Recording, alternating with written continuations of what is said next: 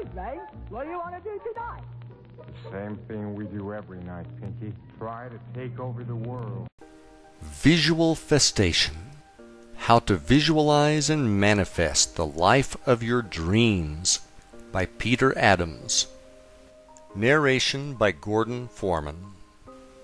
Dedication.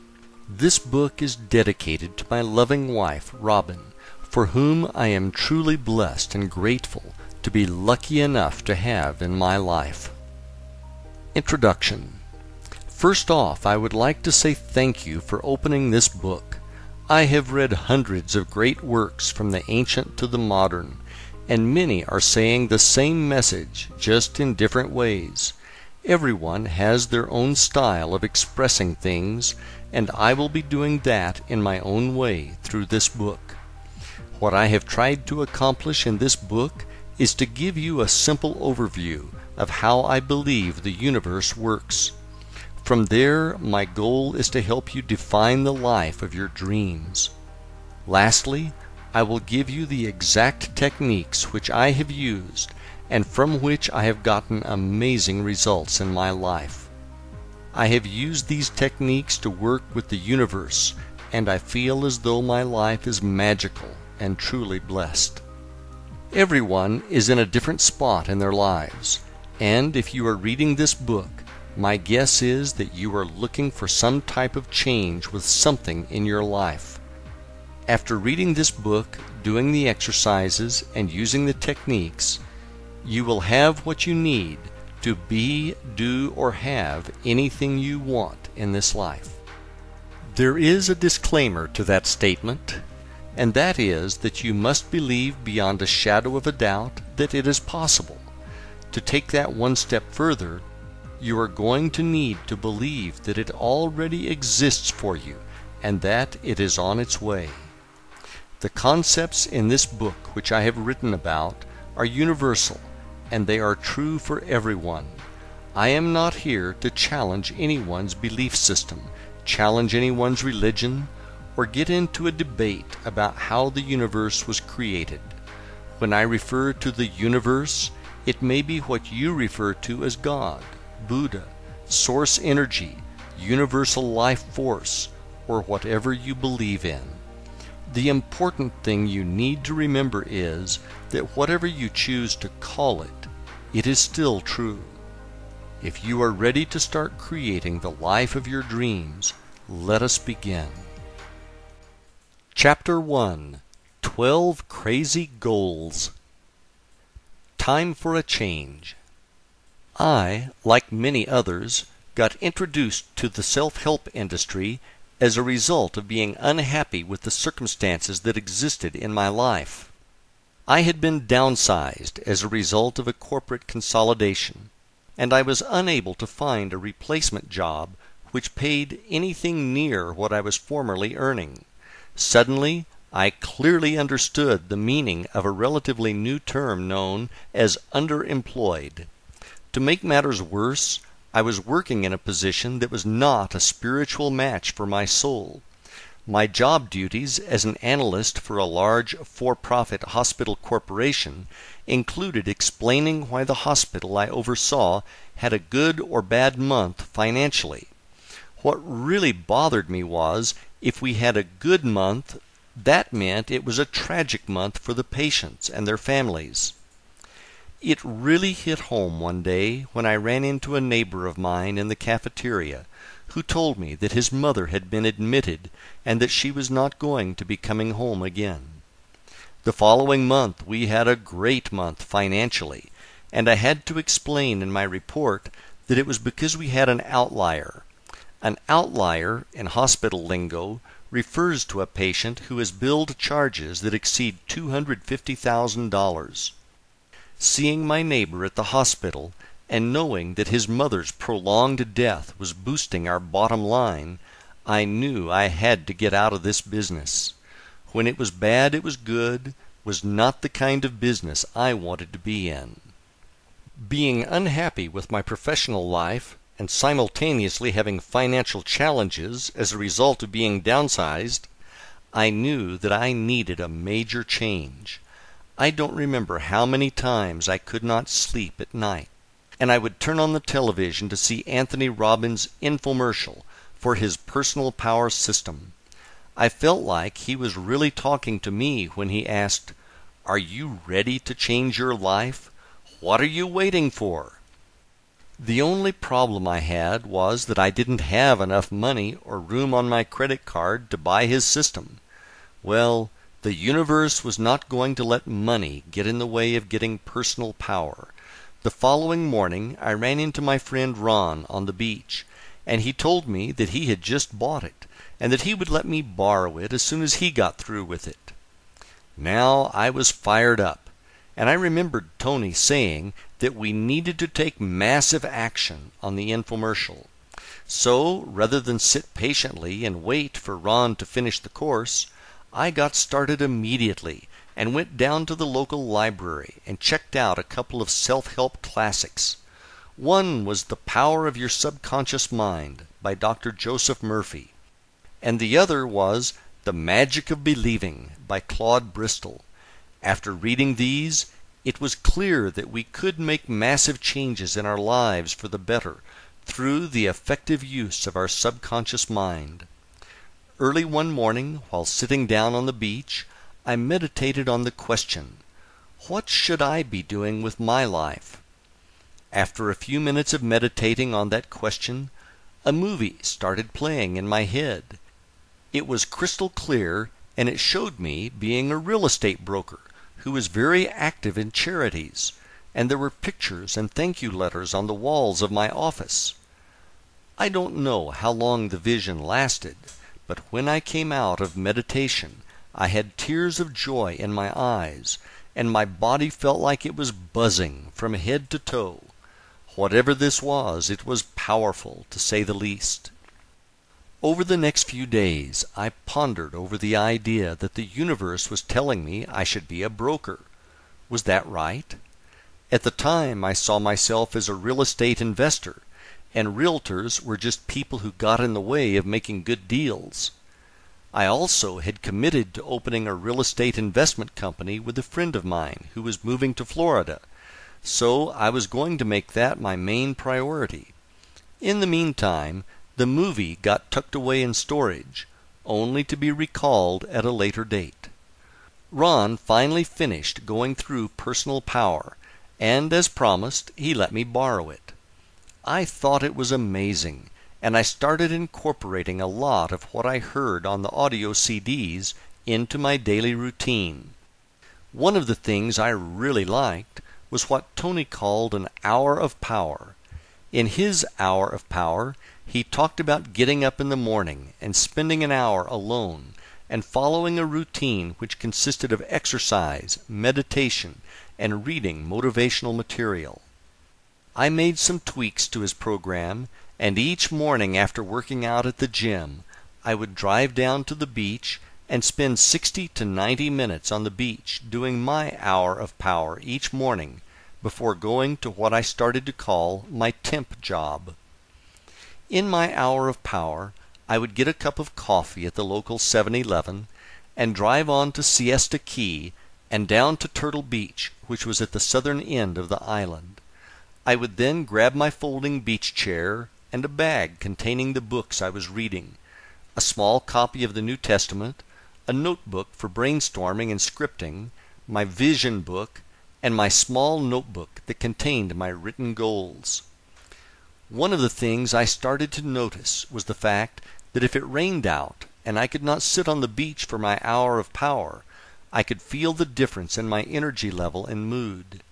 I would actually feel like I was mildly depressed, which was not how I wanted to start my day.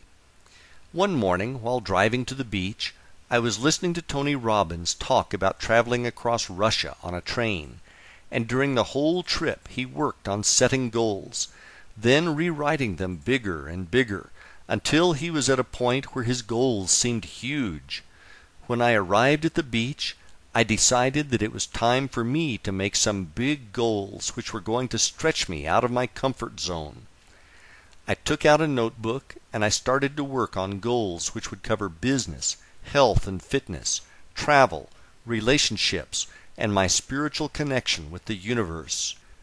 When I got done with the list, I had 12 goals written down, which to me at that time seemed absolutely huge.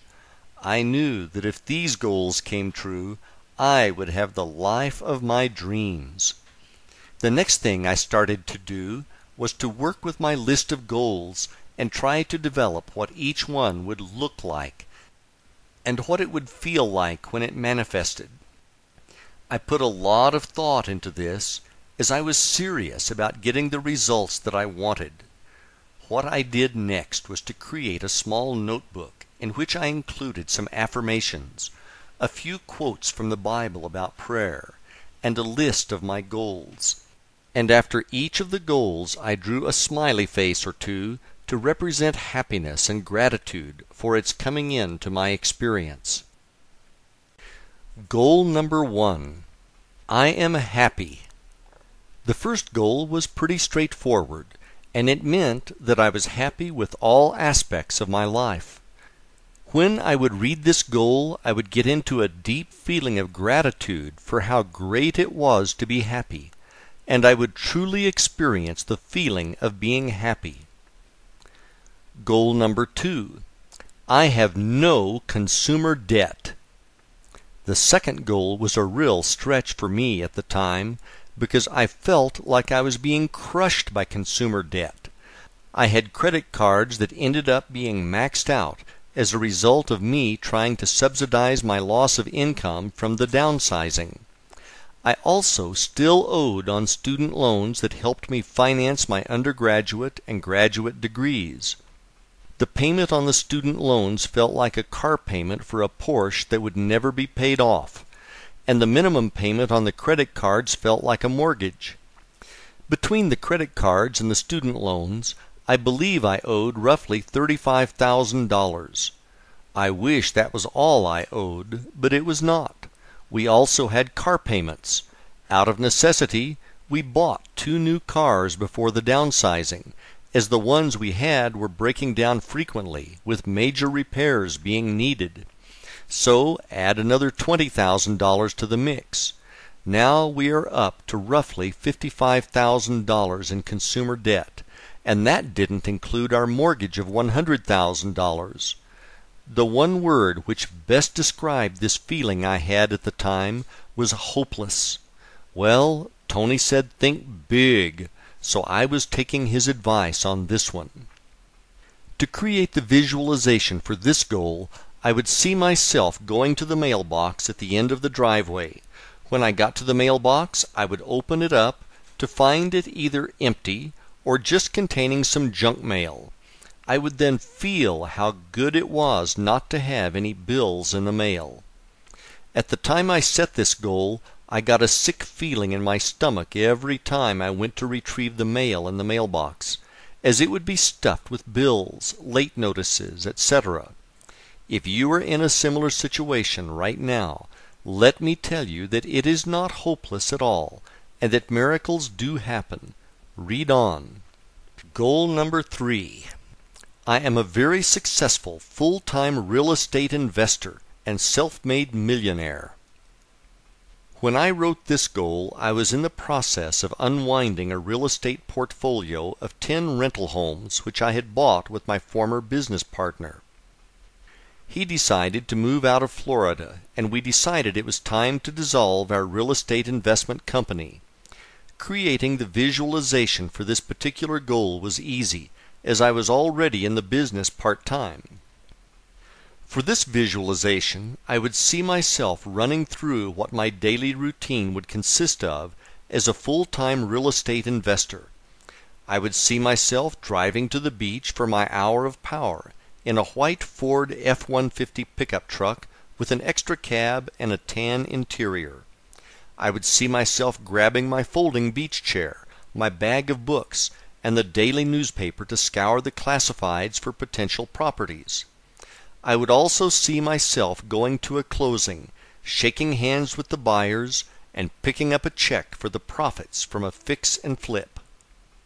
One of the weirdest things that happened to me about 20% of the time that I tried to run this scene in my mind was that instead of driving a white pickup truck, a pearl white Lexus LS 400 with gold package and chrome trim would show up in my visualization when I was trying to see the pickup truck.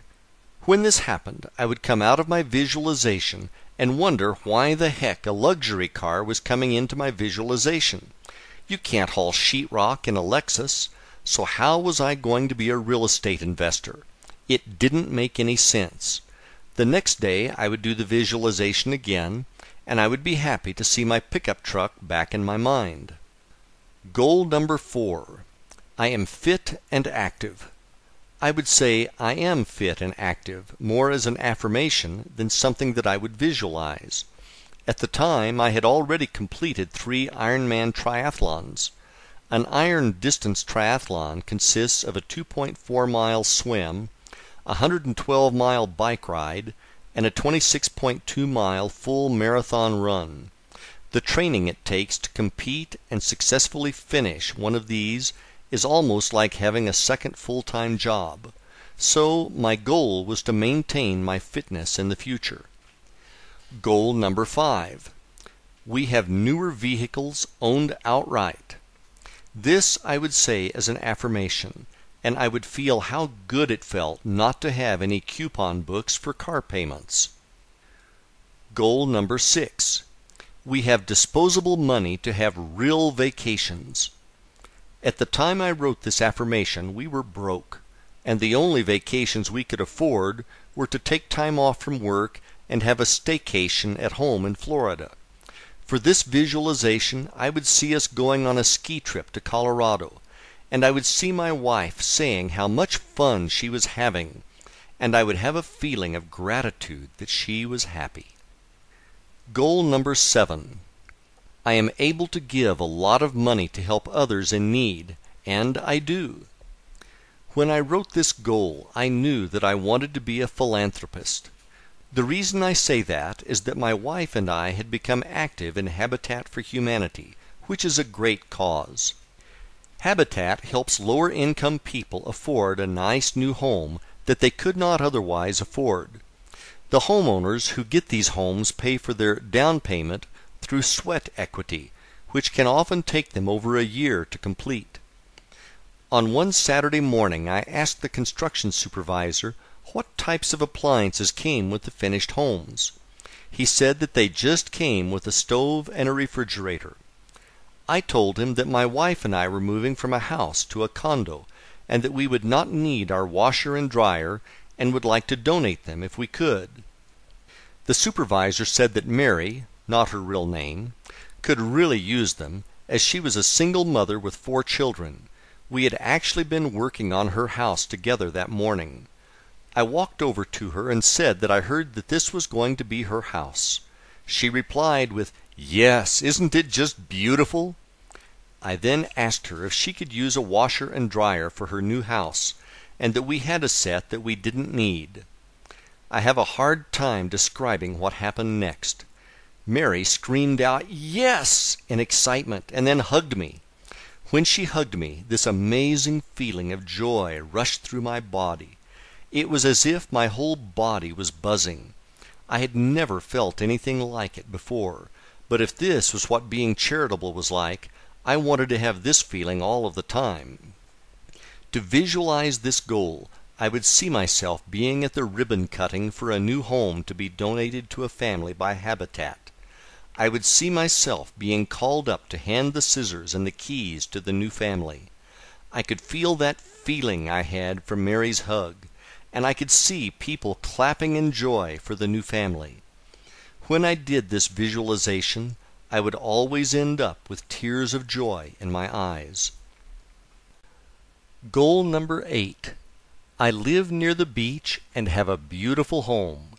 This I said as an affirmation, and I would have a feeling of gratitude for how happy I was to live near the beach. Goal number 9. I own a large real estate portfolio.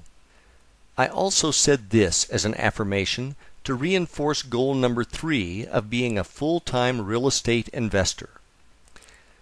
Goal number 10. I am trusted by investors, and have the ability to raise large sums of money. At the time I wrote this, I only had 2 investors who were really close friends. I would say this as an affirmation with the feeling that this was absolutely true. Goal number 11. I have a great relationship with my wife. I would say this as an affirmation, and I would feel gratitude for having my wife Robin in my life. Goal number 12. I have a great spiritual relationship with God. I said this as an affirmation, and I would feel gratitude for everything in my life, for the things that were on their way. What happened over the following 3 years of writing out these goals is nothing short of a miracle. Writing this down and realizing that this story happened to me inspires me even today. I was there, and I still feel a sense of bewilderment as I relay the story and sequence of events which came to pass to make my dreams come true. Without further ado, here's how it all played out on the universe's playground. I got a notice in the mail saying that my real estate salesperson license was coming up for renewal, and that I was required to take a mandatory continuing education class if I wanted to keep the license. I decided that it would make a lot more sense if I took a few extra hours and went for the real estate broker's license, and that way I could keep all the commission and could work independently. It was at this point that I remembered the movie that had played out at the beach, which had me being a real estate broker who was active in charities. Now that I was more spiritual, I started to wonder if this was what I should have been doing before. I signed up for the classes and began working toward my Florida real estate broker's license. With my broker's license, I could open up my own brokerage company.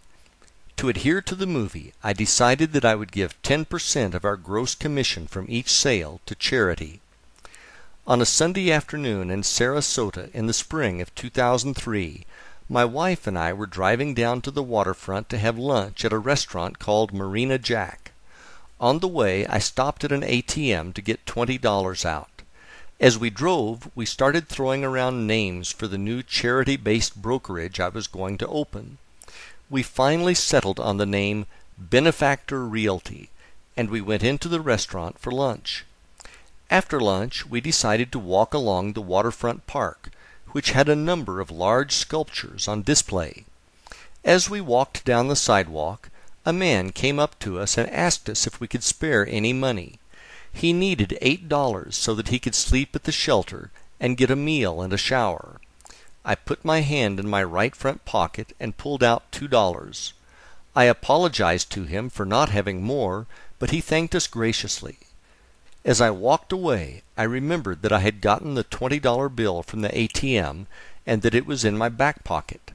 I turned around and went back to the man and saw that another Good Samaritan was handing him a $5 bill. Telling him that his luck was changing, and now he was 2 for 2, I gave him the $20 I had found in my pocket. There was something different about this person. He did not look like the many homeless I had seen before. He was dressed in the clothes of a tradesman, and he had the clearest blue eyes I had ever seen. As he started to walk along the waterfront with us, he told us this story of how his girlfriend had hurt her back in a car accident, and how she had gotten hooked on pain pills. He said that he had tried to take the pills away from her, and she had called the police on him and filed a restraining order saying that he was abusive. Now that he could not go back to his home, he was worried that he was going to become homeless. To give him hope, I told him about the story of Og Mandino. Og was at one time in his life a homeless and hopeless alcoholic. Og started to read self-help books at the library and turned himself into a millionaire, a best-selling author, and an incredible motivational speaker. I also told the man that he should get his hands on a Bible. At that moment, he reached into his pocket and pulled out a small, brand-new, white-covered version of the New Testament. I don't know how I did this, but I went to look for the verse from the Gospel of Mark that I read every day on the beach, and as if by magic I hit the exact page on my first try. I read him the verse, I then went to find the verse from Matthew that I read in my hour of power, and again I hit the exact page on my first try. I read that verse to him, and after telling him that everything was going to work out, I handed him back his copy of the New Testament. He thanked us again and said that we had really helped him out. After I had walked about 7 steps away from the man, I got this rush of energy that I can only describe as what happens on that old television series, The Highlander, when Duncan MacLeod goes through a quickening. I could feel my whole body tingling the way it did the day Mary from Habitat hugged me. All I know is that whole experience was strange, to say the least. I also remember wondering if that was somehow a test to see if I was serious about having a company called Benefactor Realty and about giving to charity. Not long after that, I opened up Benefactor Realty and began to work as a real estate broker part-time when I was not at my temp job. Fortunately, most people who have jobs do most of their looking at properties on the weekend.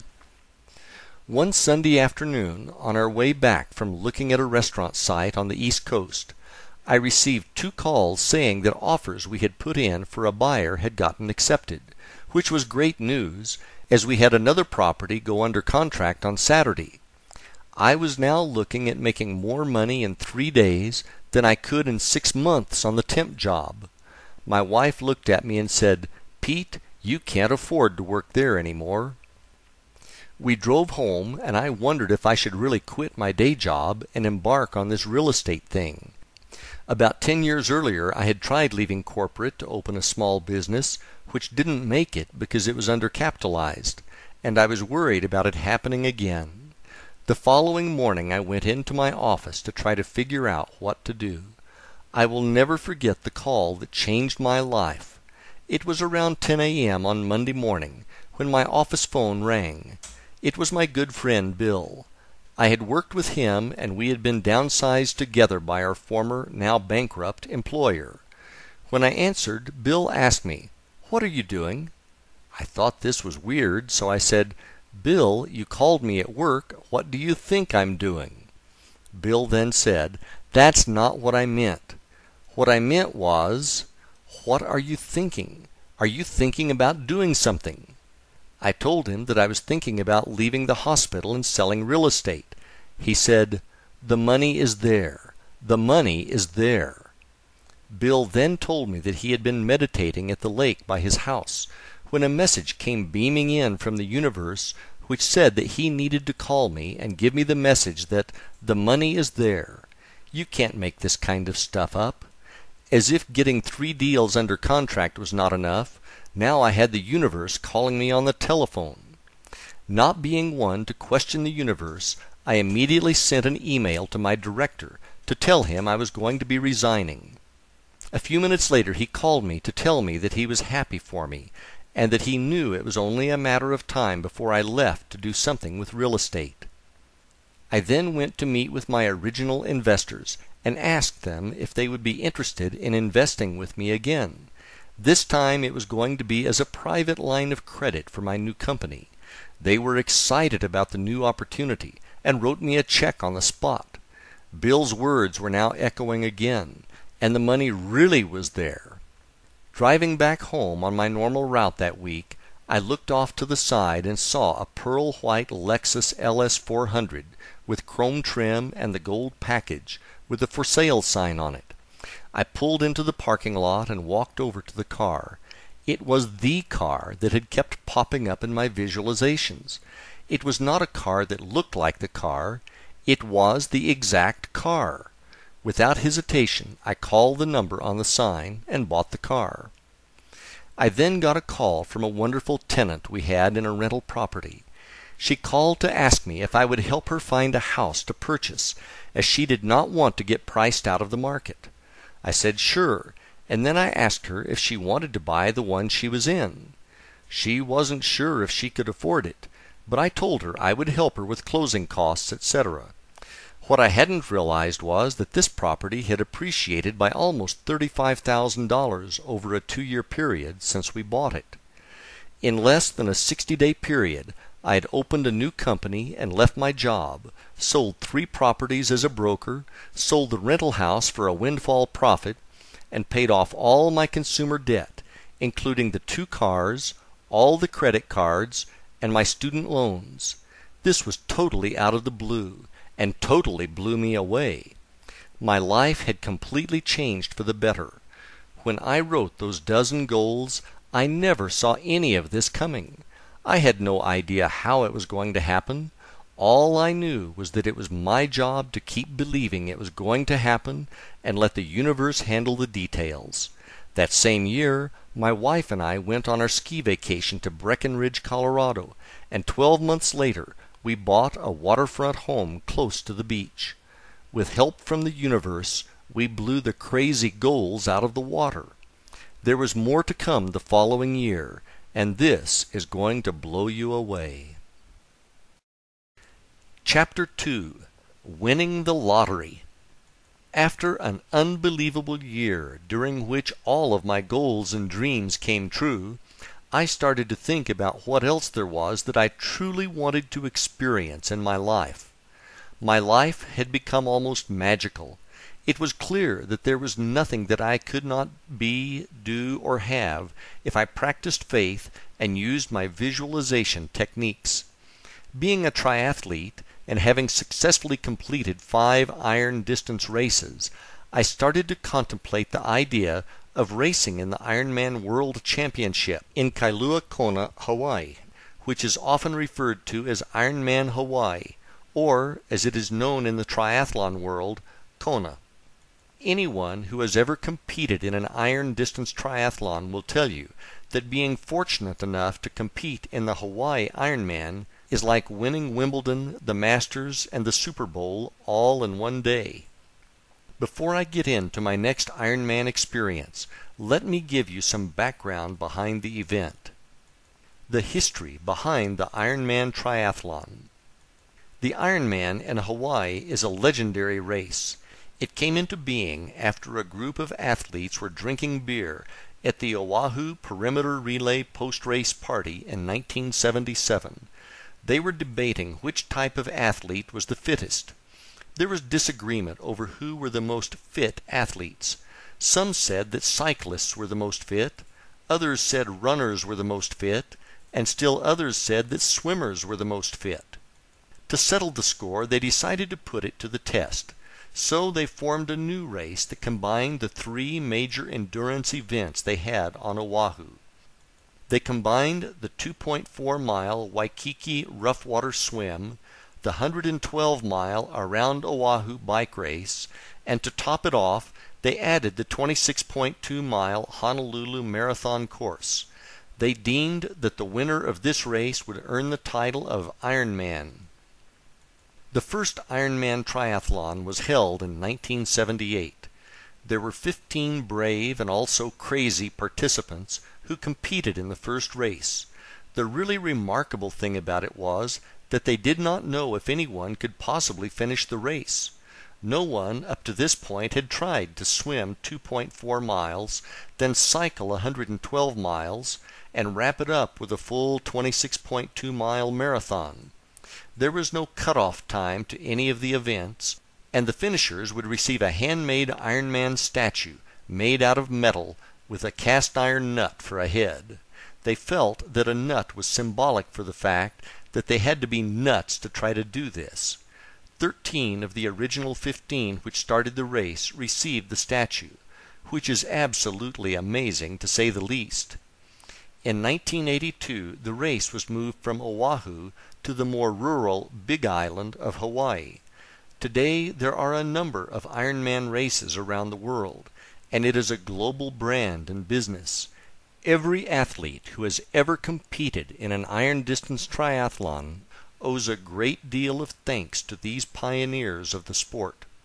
Back to my story. In the early Ironman Hawaii races, you could simply pay a fee and get into the race. Now there are a number of Ironman triathlon races around the world, and the Hawaii race is the world championship for the series. Essentially every triathlete in the world dreams of competing in this race. Unfortunately, now you need to be one of the fastest triathletes in the world, or you need to be one of the luckiest to win a spot at the starting line. Not being one of the fastest in the world meant that if I was going to get into Kona, I was going to have to be one of the lottery winners. Each year, the WTC, World Triathlon Corporation, who owns the rights to the race, holds a lottery whereby 200 people out of over 10,000 entries are allowed into the race, and they post the results on April 15th. After thinking about the race for about a month, and with the deadline rapidly approaching to enter, I decided to really put my beliefs to the test. I got out my credit card and put my name into the hat for the 2005 Ironman World Championship Lottery. As a member of the St. Pete Mad Dogs Triathlon Club, I knew a ton of people who entered their names in the lottery for Kona multiple times who have never gotten in. I knew that if I wanted different results, I was going to need to do something that they were not doing. The difference was visualization. Having watched the video coverage of the race that year in 2004, which had amazing coverage of the course, I decided to buy the DVD and watch it repeatedly. With less than 4 months before the winners of the lottery were chosen, I knew I had to get serious. I started watching the DVD a few times a week, and I would mentally race the Hawaiian Ironman in my mind for around 20 minutes each morning. The DVD had great footage, and the way they filmed it, you truly felt as if you were watching it as a competitor. Some of the most memorable shots were of the swim start, where you saw the competitor's feet kicking underwater directly in front of you, and you heard the narrator say, "You are in Hawaii, and you are in the Ironman." Another one I really liked showed the race leader biking in the lava fields on the Queen K, with the shadow of the helicopter which is filming him caught on tape as they passed over him. This was very helpful for creating extremely lucid visualizations. I also found a picture in the back of an issue of Triathlete magazine, which was entitled Night Moves. The picture showed some taller triathletes walking in the dark on the Queen K, and a shorter, stocky triathlete running up behind them. The caption says, "As night slips over the last remnants of a very long day, triathletes continue toward the finish line at the Ironman Triathlon World Championship in Hawaii." I cut the picture out and put it in my vision book. I am stocky and typically pass a lot of people in the dark when I race. That man in the picture now was me, and I visualized the scene more times than I can count. Before I knew it, it was time for the lottery results to be announced. I went over to my friend Brian's office to meet him for lunch. His secretary said that he stepped out to get a haircut and that he would be back shortly. I looked down at my watch, and suddenly I realized that it was just about noon, and it was April 15th. Lottery time! Oh my gosh, I was nervous. I sat down behind Brian's desk and hopped on his computer to look up the results on the internet. I could not believe my eyes. The very first name on the list was Pete Adams, Florida. Was that me? Was there another Pete Adams? The hairs all over my body stood up, and I couldn't believe it had happened. Brian walked in the door about 10 seconds after I saw my name on the list. I said, "Check this out," and pointed to the web page. He thought I was playing a practical joke on him, and that I made up a fake list. Suddenly, my cell phone started ringing off the hook with numerous triathlete friends calling to ask me if I knew that I got into Hawaii. He then said, "Holy shit, dude, that's awesome." Brian was my training partner for a number of Ironmans that we raced together, and he knew what a once-in-a-lifetime thing this was. We were both stunned with amazement, and we kept repeating how we couldn't believe it had actually happened. I called my wife to tell her the news, and she could not believe it either. I remember her saying, "No way! Are you serious? Oh my God, Pete, that's awesome!" And then her cell phone started to ring, with friends calling to tell her the news. I cannot tell you the amount of gratitude I felt when I heard the news. The universe had done it again. Wow! You are in Hawaii, and you are in the Ironman. 6 months later, and just like in the video, there I was standing in the body marking line, carrying my transition bags, and getting the number 813 stamped on my body. If you have ever done a triathlon, right before the start of the race, your nerves and emotions are in overdrive. Kick that up about 1,000%, and that is what this race feels like. After body marking, we headed over to drop off my bags, and I did a final check on my bike to make sure the tires weren't flat. Now it felt like a mini eternity as I treaded water and waited for the start of the race. The cannon went off, and the swim portion of the race was on. As I swam, I could see the feet kicking in front of me, and I heard the narrator's voice in my head saying, "You are in Hawaii, and you are in the Ironman." It was just like I was in the 2004 DVD. I mean, really like I was in the DVD. I seriously started to wonder if I was really here, really in Hawaii, really in the Ironman, or if this was a dream I was having that just happened to be very real. The swim is my weakest event, so after emerging from the Pacific, I didn't have a hard time finding my bike, as there were very few left in transition. I hopped on my bike, and the adrenaline really kicked in, as there were people everywhere cheering us on. In town, there is a loop at the beginning of the bike course, and I passed my wife and friends who were cheering me on 2 times before leaving town. After passing them at Hot Corner for the final time, I rode up Palani Road and then out to the lava fields on the Queen K Highway. Out on the Queen K and heading out past the airport, I finally settled down and got into a good rhythm on the bike. It was very desolate in the lava fields, and again it looked just like the DVD. You have plenty of time to think on a 112-mile bike ride, and I again started to wonder if I was really here or not. I started to wonder if I might actually be dead, and God was letting me do the race as part of heaven. I'm not joking when I say this. I even started to wonder if I was in a cycling accident, and maybe I was in a coma or something. In this race, drafting on the bike is not allowed. So when you pass someone, they are supposed to fall back and keep a 3 bike-length gap between racers. About 35 miles into the bike course, I found myself in a section of the course that had a series of rolling hills. I was taking turns passing and being passed by a female racer on a green Griffin tri-bike. She was lighter than me, so she typically passed me on the climbs, and being heavier, I passed her on the descents. This went on for about 10 minutes, and then I rode up next to her and she looked over at me. I asked her point blank, "Are we really here?"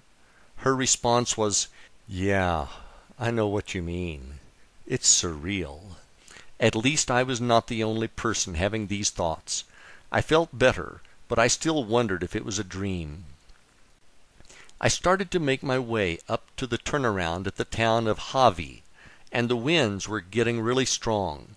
It was a serious crosswind, but at the time I confused it for a headwind, and started to look forward to the tailwind I was going to have on the way out of town.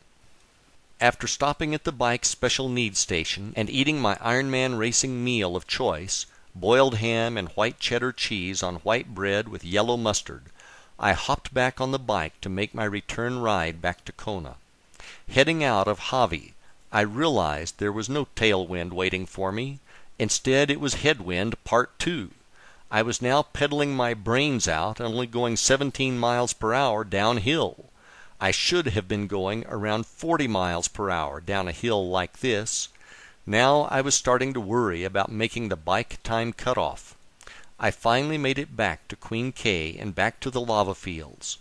When I was making the turn, I saw a racer who had a different style bike hydration system. It looked more like a tank. He hadn't hit the winds on the climb to Hawi yet, and I felt sorry for him. All I could think was that I was glad I was not that poor bastard. I didn't know it at the time, but his name was John Blaze, and he was known as the Blaze Man. He was out here doing the Ironman while suffering from an incredible pain from a deadly advanced stage of incurable ALS, more commonly known as Lou Gehrig's disease. He had a special hydration system because he could not catch bottles at the aid stations, as the disease had taken away his ability to grab and hold things. John was a spokesman for ALS and was an amazing human being. John made it to the finish line that day in Kona. Unfortunately, a few years later that horrible disease took his life. Heading back through the lava fields, all I could think about was how much easier it was on the way out. As I rode, I could hear a helicopter getting closer, and before I knew it, it was above me, and the shadow of it passed directly over me and my bike. It was exactly the way it happened in the 2004 DVD. The only difference was that I was not the race leader. The shadow thing freaked me out, and now I was almost convinced that I was not here. After more wind and many more miles of lava fields, I finally got back to town. The first person that I recognized in hours was my wife, who was cheering me on from the road below the Kona Brewing Company. It was so good to see her, and she was cheering me on and saying, "Looking good." For a moment the pain in my back, neck, legs, and buttocks temporarily lessened, and I headed down to T2 to put on my running shoes and start running the marathon. I rolled out of transition and headed up to Hot Corner, where my wife and friends were cheering me on like I was going to win this thing. I actually felt pretty good, and I shook off my bike legs in just a few miles.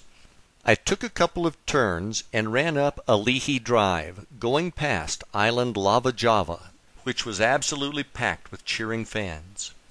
The view of the surf crashing across from Lava Java was absolutely awesome, and I felt much gratitude and gave thanks to God for letting me be in Hawaii and do the Ironman. After a few more miles, I saw Sarah Reinhardson running toward me. She was like a rock star out here, complete with her own van with a film crew. Everyone knew her name and went crazy. For those of you who don't know who Sarah is, she was a lead story in the 2004 Ironman DVD. Sarah is a challenged athlete who as a child had a tissue disease and had to have her leg amputated above the knee when she was very young. In 2004, she attempted to be the first above-the-knee amputee finisher of the Hawaii Ironman. If you watch her story on the 2004 DVD, you'd better have some Kleenex handy, because it is a real tearjerker. In the 2004 race, Sarah didn't make the bike time cutoff and was not allowed to continue on. In 2005, she was back in the race with a fitted bike from Trek with the words "Unfinished Business" painted on the frame. When Sarah and I passed for the first time, I knew that she was going to make it this time. She was running strong, and she had a smile on that made everyone around her feel good.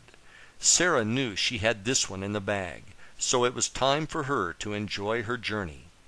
I finally caught up with Sarah and made the pass. I really didn't want to pass her because I was having way too much fun being near her and basking in her glory. When the people cheered for Sarah, you just felt good to be near her, and it took your mind off of the pain. It was almost like a contact high.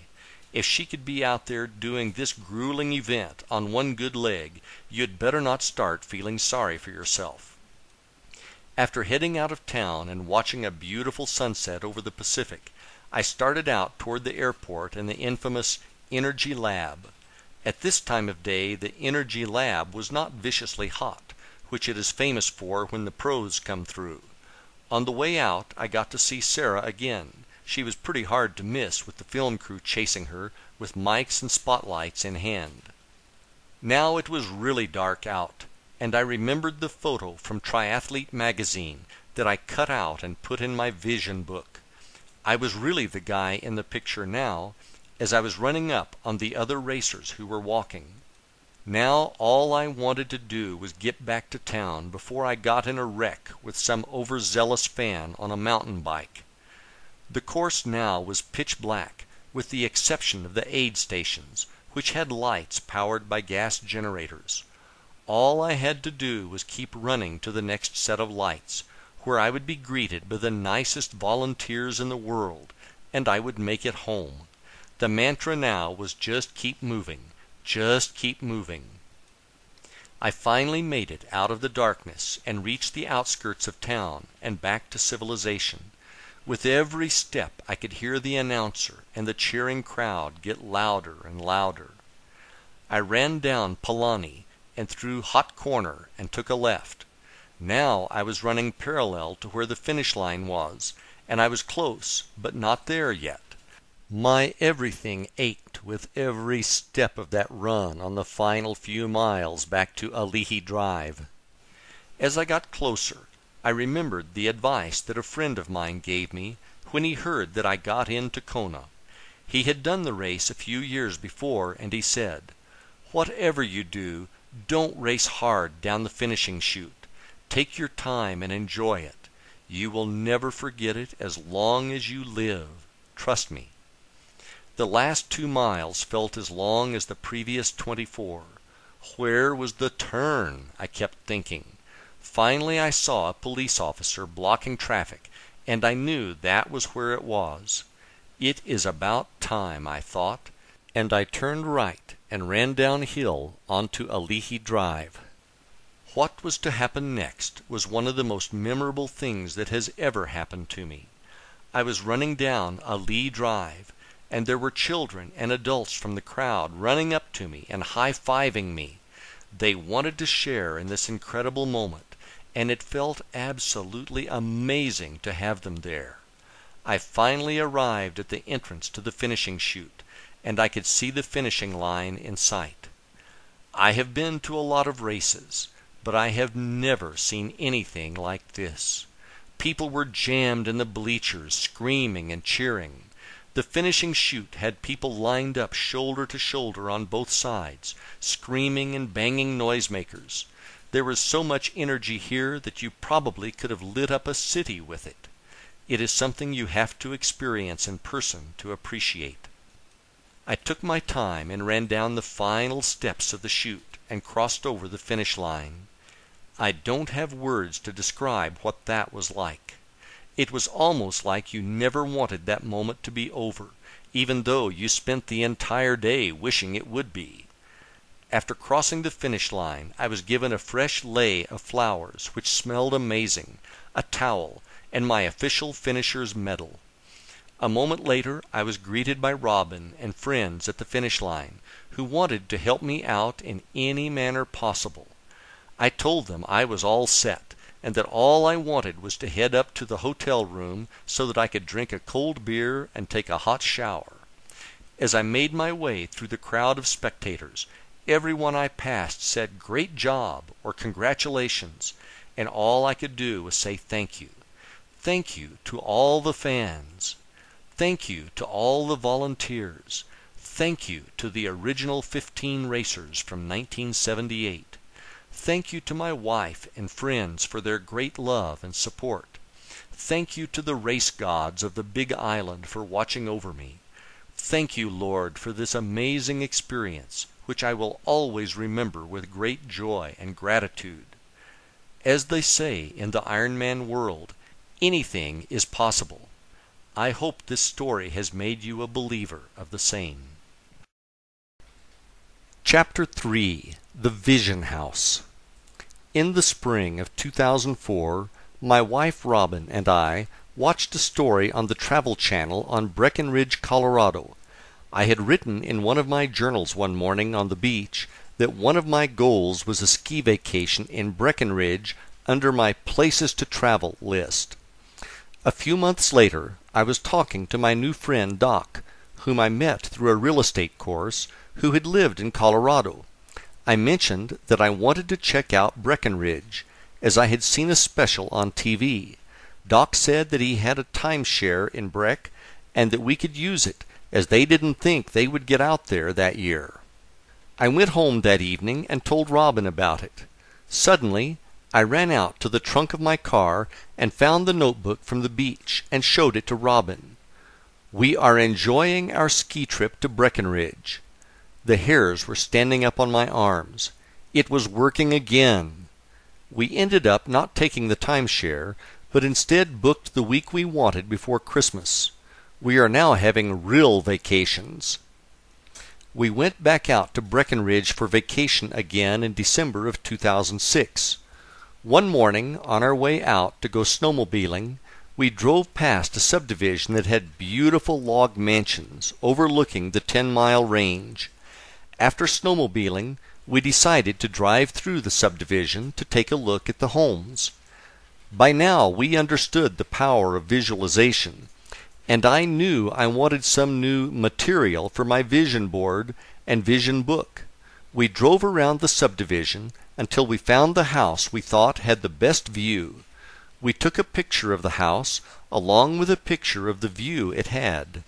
After arriving home, I had a friend of mine print them off in color, and I put the two pictures in my vision book. These pictures to me represented my ideal scene, because if we lived in a house like this as our second home, we obviously were very successful. What I would visualize was that I would be having conference calls with our asset managers, and after these meetings, I took the afternoon off to either go skiing or play golf, depending on the season. Many times, if I found myself unable to sleep, this was the visualization I would use to burn into my subconscious mind before falling back to sleep. I probably did this visualization over 500 times. In the summer of 2010, we decided to escape the Florida heat and work remotely from Breckenridge, Colorado. We found a very small furnished cabin to rent off of Craigslist that was only about a mile from the subdivision where we took the pictures in 2006.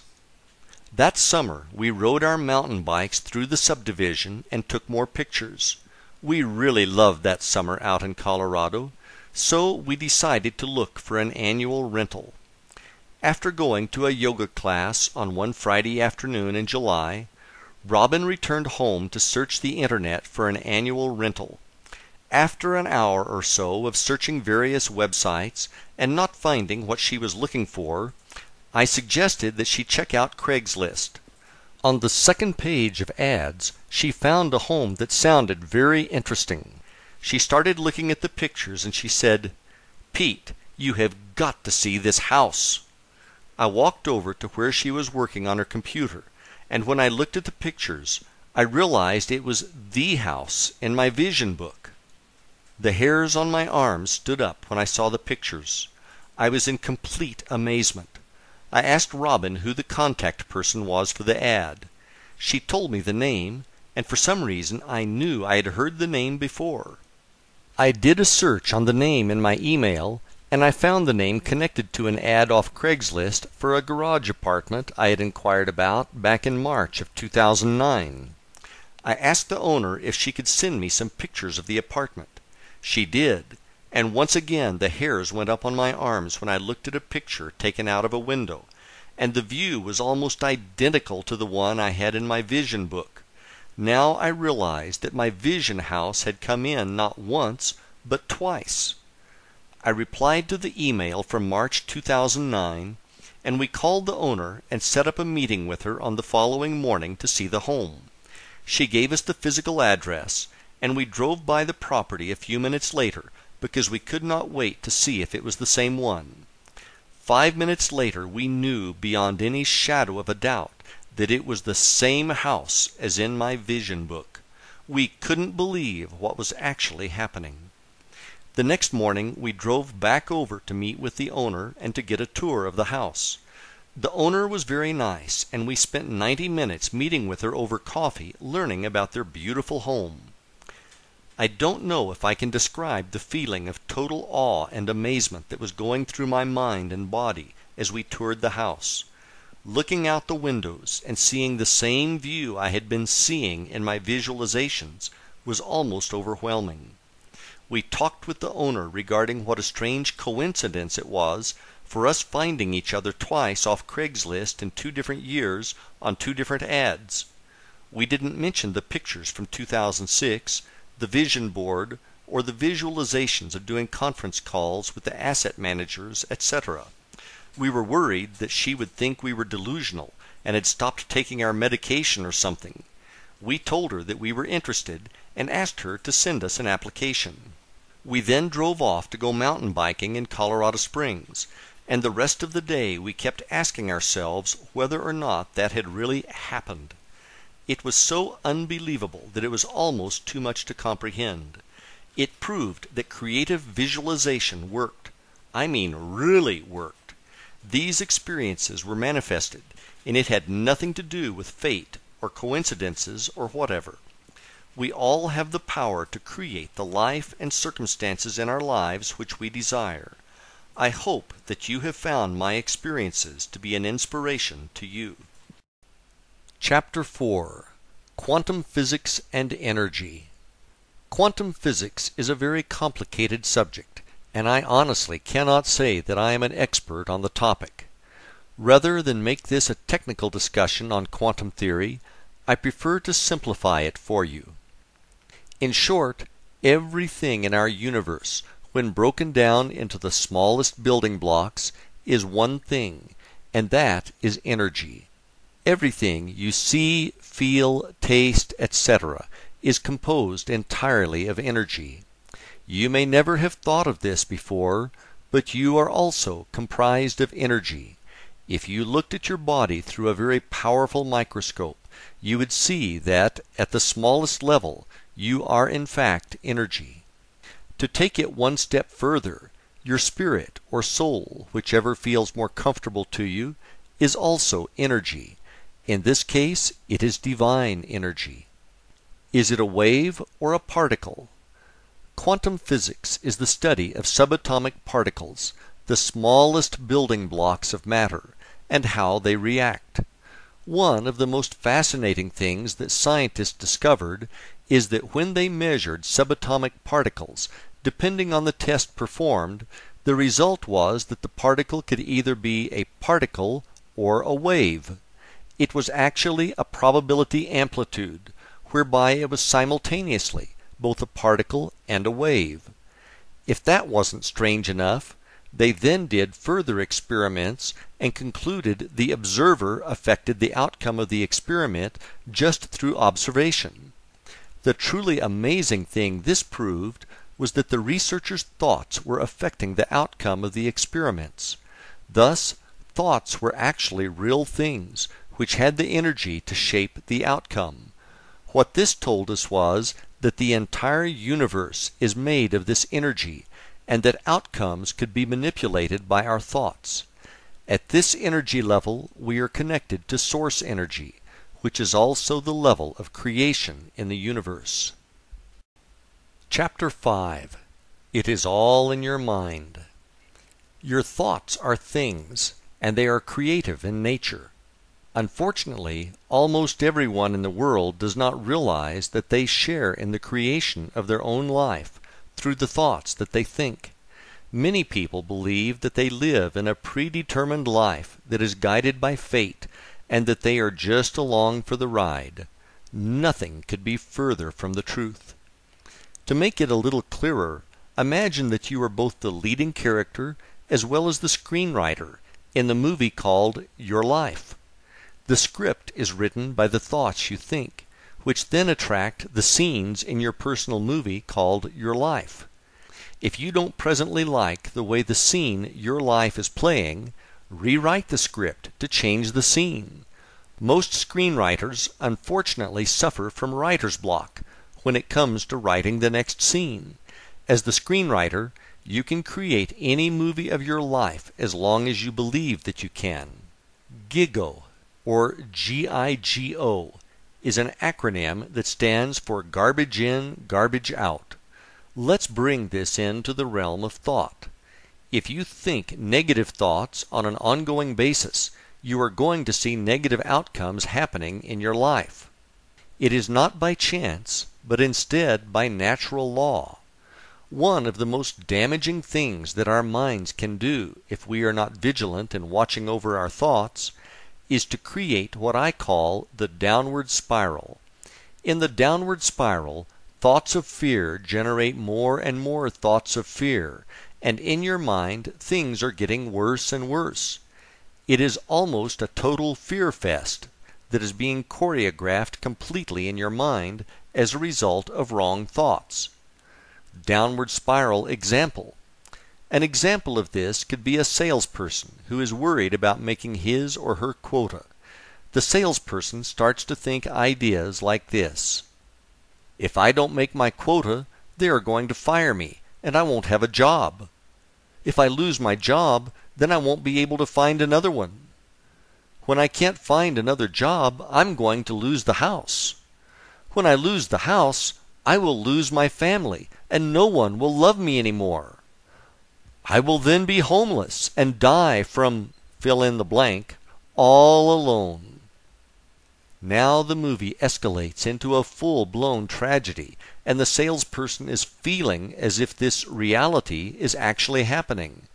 The stress of these negative thoughts could then translate into lost sales due to reduced effectiveness from insomnia.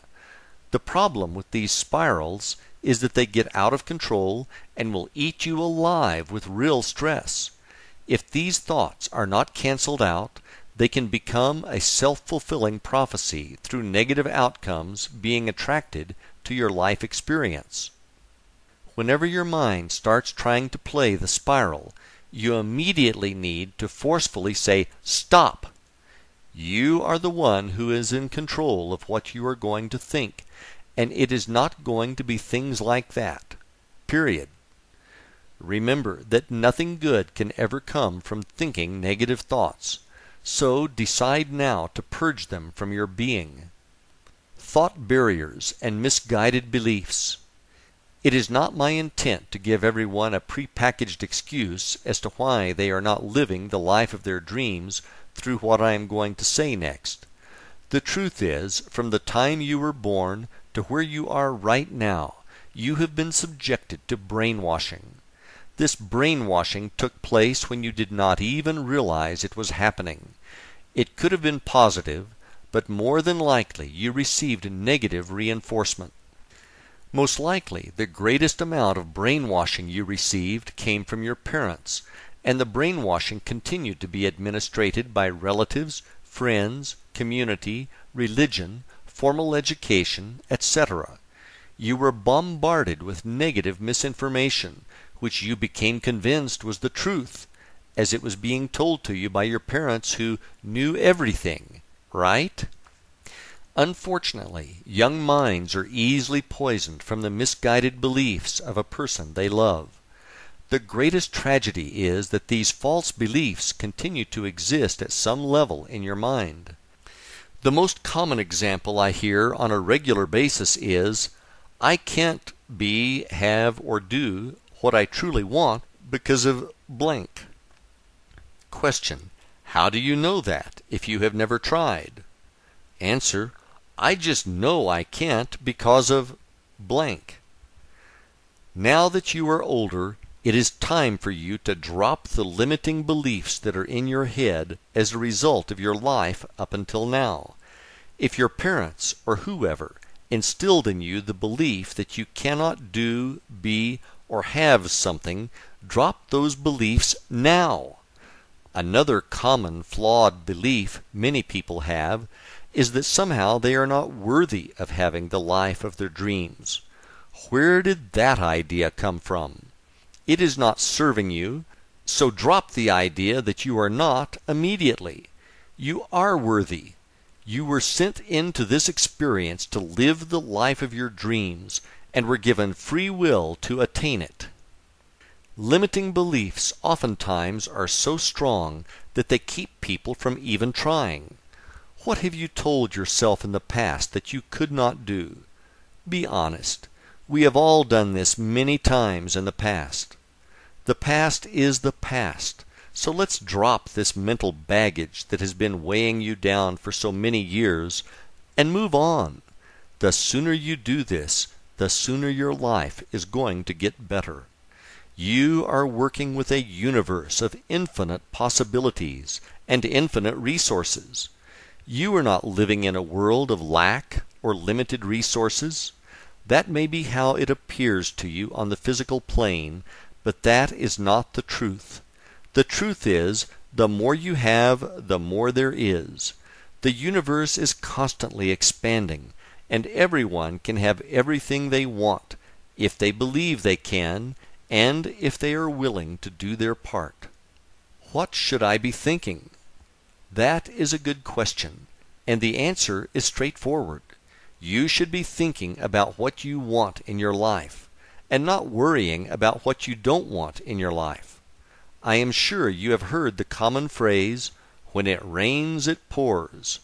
What you may not have realized is that it is a time-tested example of the law of attraction in action.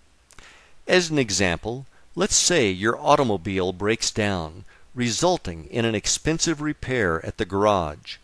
After you pay the mechanic, you hop back in your car, and all you can think about is how broke you now are.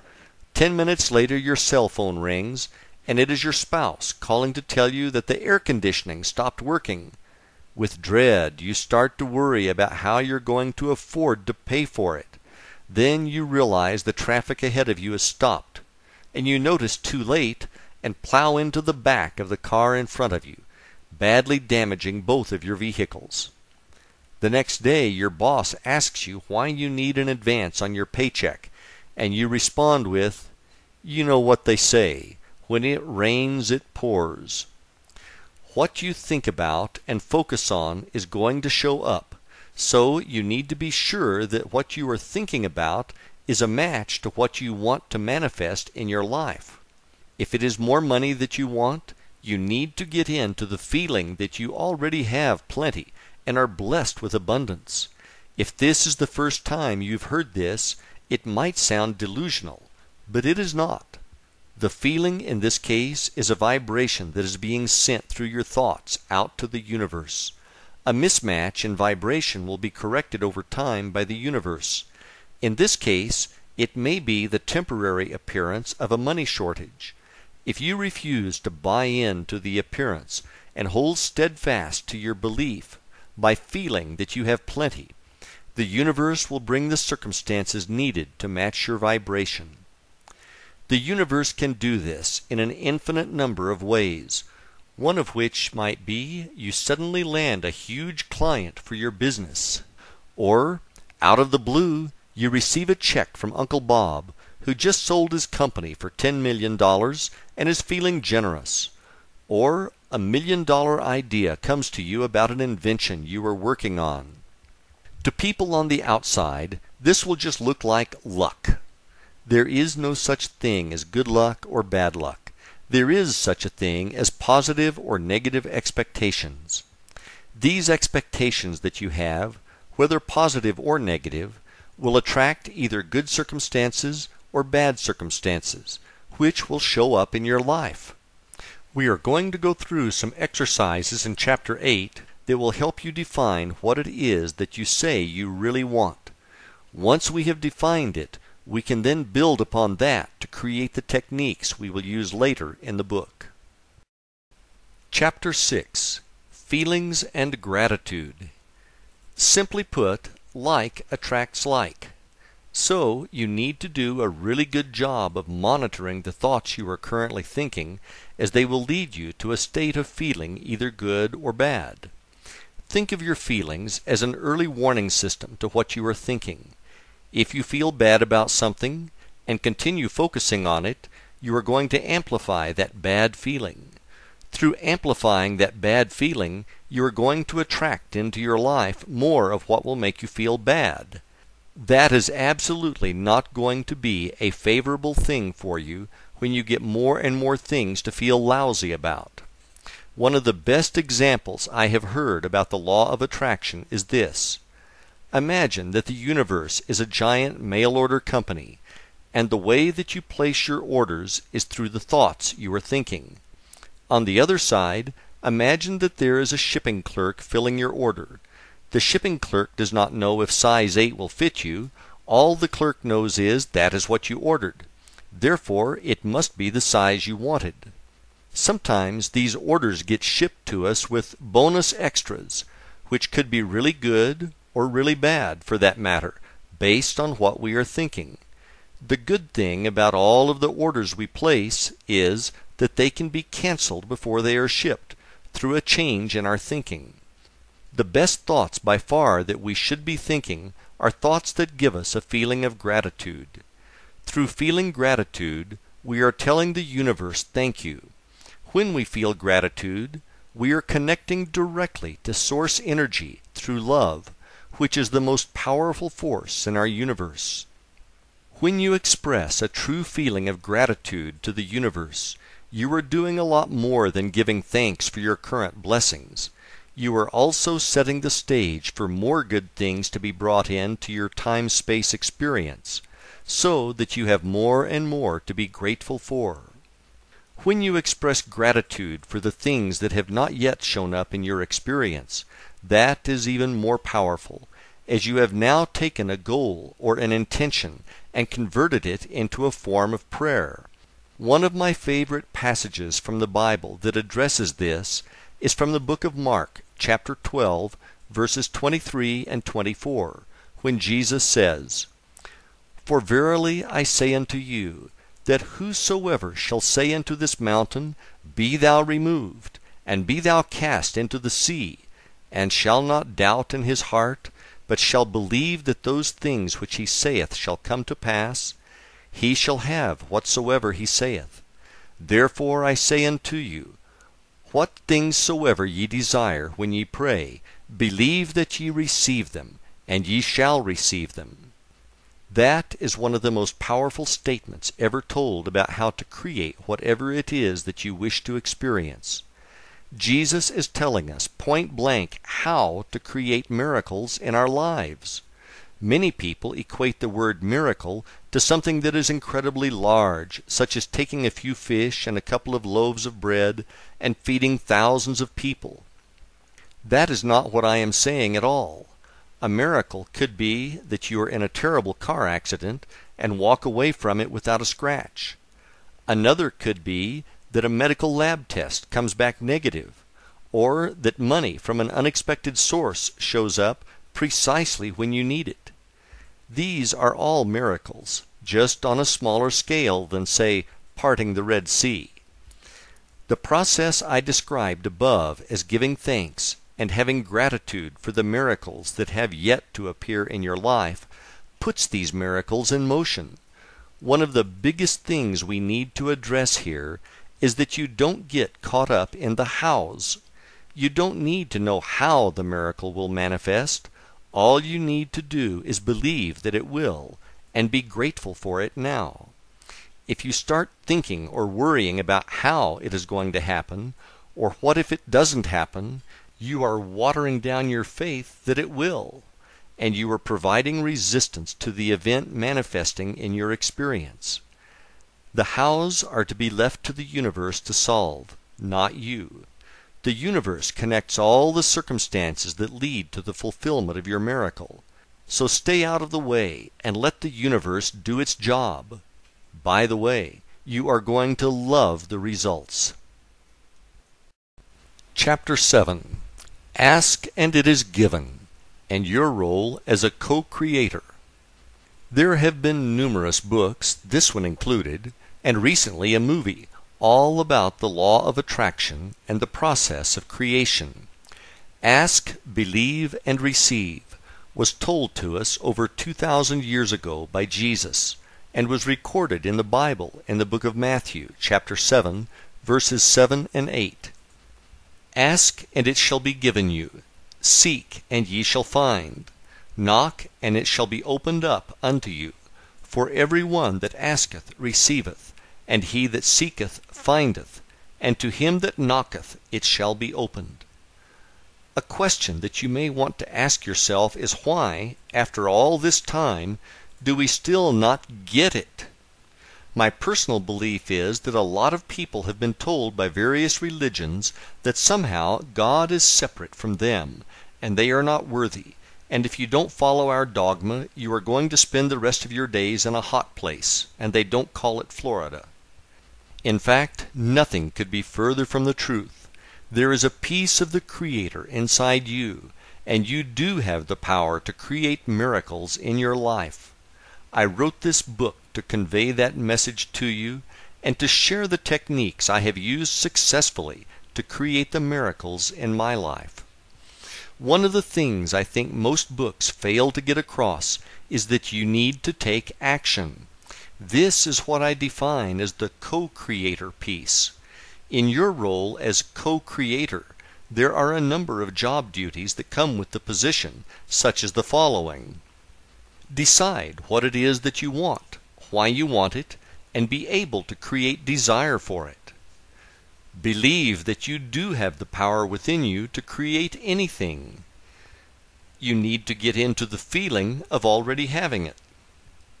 You need to have gratitude and believe that it is already on its way to you. You need to avoid anyone who says that for whatever reason you cannot be, do, or have what it is that you say you want.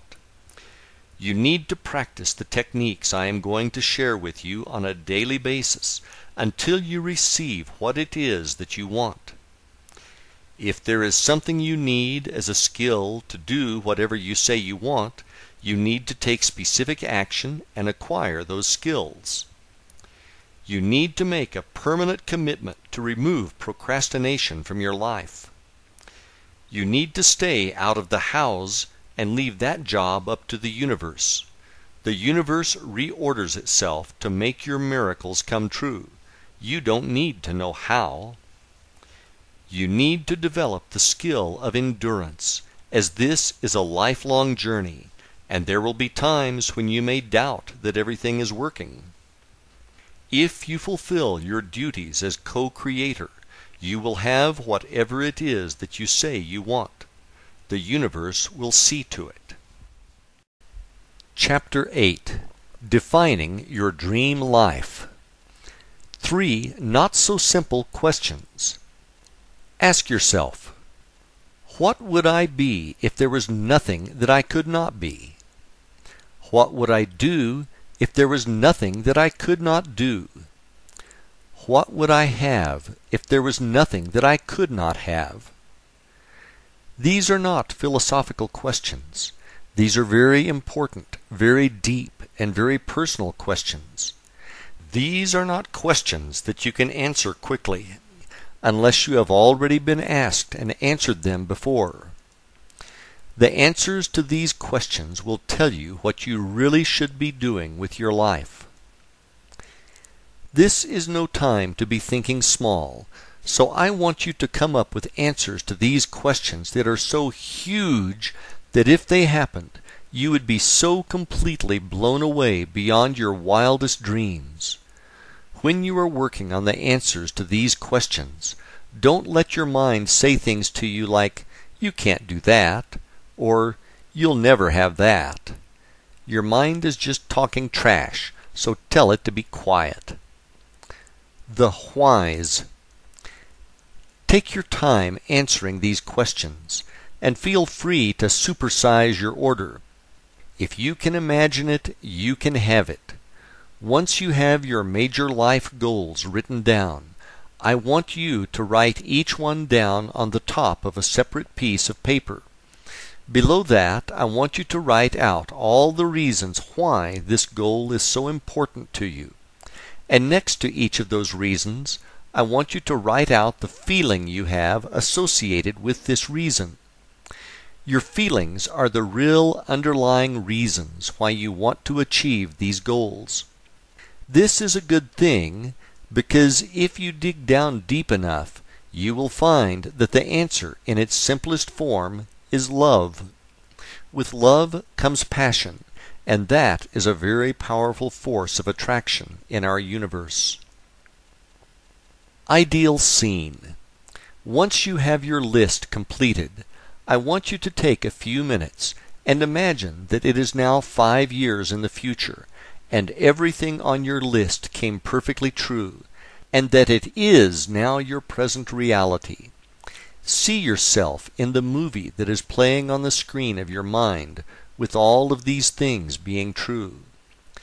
When you are ready, grab a notebook and write out precisely in detail what this scene looks like and how it feels. I mean really feels to you. Soak up all those awesome feelings associated with these things being true in your experience. Does that feel great or what? Congratulations, you have just defined your ideal scene, which is also known as your end result. Now you not only have a destination for your journey, but you already know what it is going to feel like when you get there. Now that you have this, it is time for you to learn the techniques which will bring your ideal scene into your reality, along with all those good feelings that come with it. Chapter 9. Goal Setting. The importance of having goals cannot be overstated on the journey to living the life of your dreams. When I talk about goals, I am not referring to New Year's resolutions, where people resolve to lose weight and they go to the gym for 2 weeks. I like to think about goals as being similar to mile markers on the road to your destination. In this case, that destination is your ideal scene, or your dream life. One of the best things about setting and achieving your goals is that it puts you in as an active participant in creating whatever it is that you say you want. If you want to have the life of your dreams, you are going to need to take action. Dreams with deadlines. Another way to think about goals is to think about them as being dreams with deadlines. Many people are actually afraid of setting goals, as they immediately start to have thoughts such as, what if it doesn't happen? How bad will I feel then? If this sounds familiar to you, you're going to need to make those feelings about goals to be something that is now in your past. Another error many people make is that they will set a goal, but they fail to set a date for its achievement. When I am ready is not a deadline. It is a delay tactic for avoiding taking the actions required. Let's say your goal is to one day complete that college degree that you started but never finished for whatever reason. The first thing you need to do is drop that one day nonsense and set a deadline for achieving that degree. You also will need to take immediate action, such as ordering your transcripts, filling out the application, and registering for classes. As soon as you do this, you are moving in the direction of your dreams and achieving your goals along the way. Deeds, not words. I have an excellent example of this from my personal experience, which I would like to share with you. In December of 1988, I was a construction worker in the Laborers Union working in Boston on an excavation site. The weather this particular day was lousy, half raining and half snowing at the same time. I was in my 20s, and I was working with another laborer who was in his 50s. The two of us were shoveling gravel with yellow rain gear on, and it was pure misery. The gravel was wet and heavy, and by the morning coffee break my lower back was already hurting. After the short break, it was back to the rock pile to try to survive until lunch.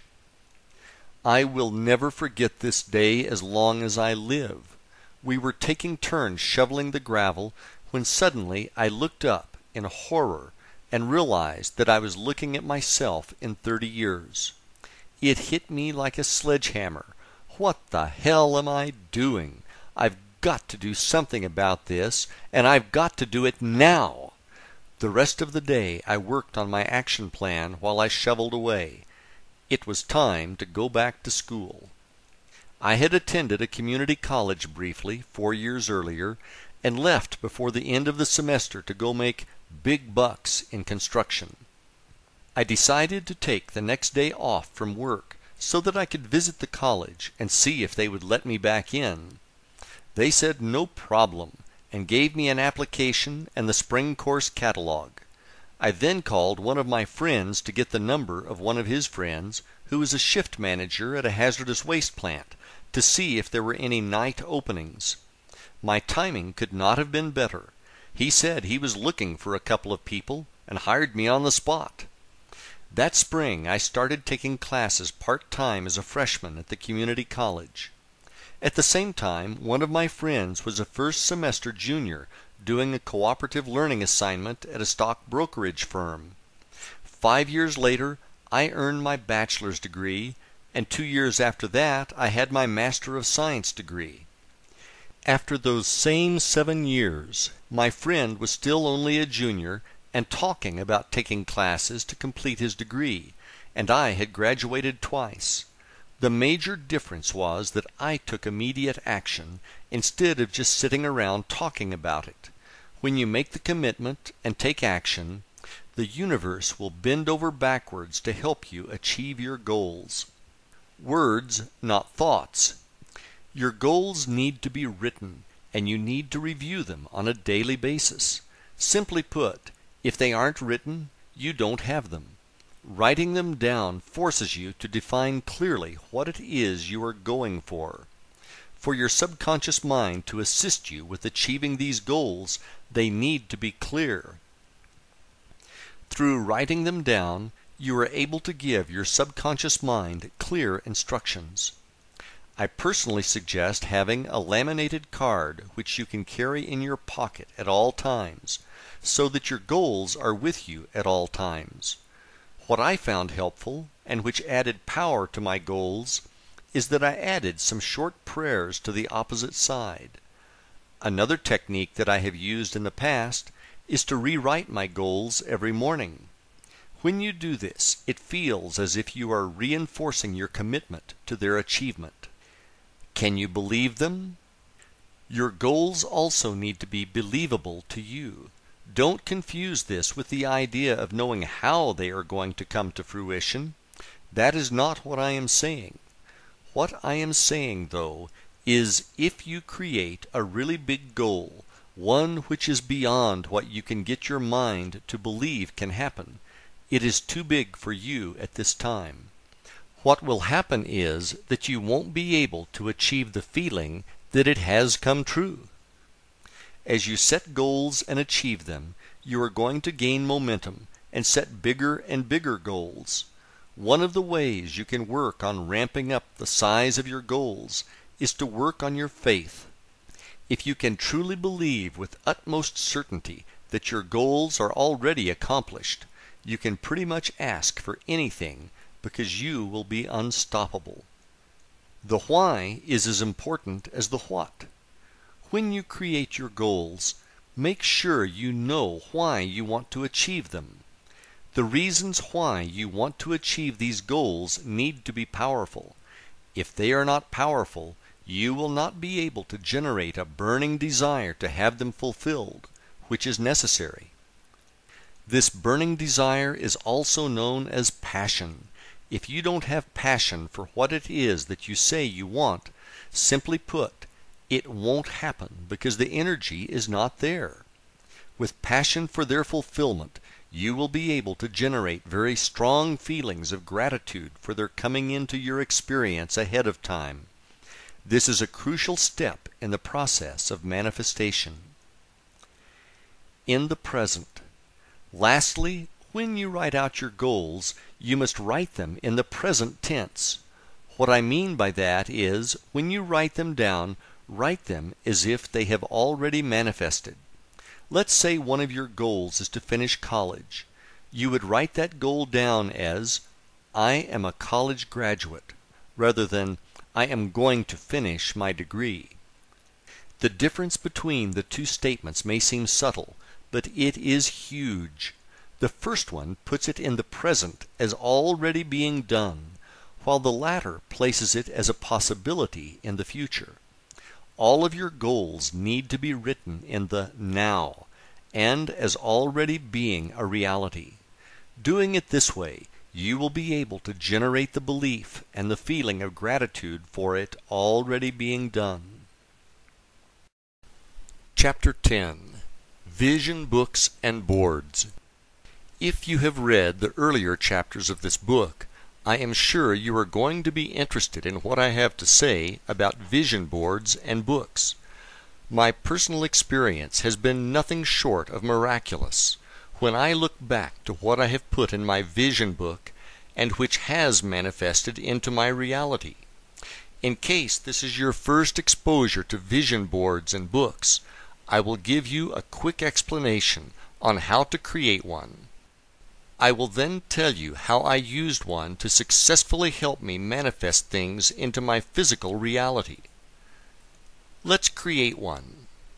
The first thing you need to do is create the list of goals for which you have passion. Once you have done this, the next step is to gather pictures of what the attainment of these goals looks like. As an example, let's say your goal is to take your family on a vacation to Disney World.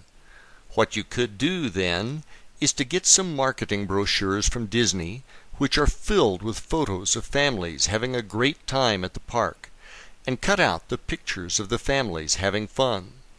More than one picture is preferable, as it will give you more material to work with.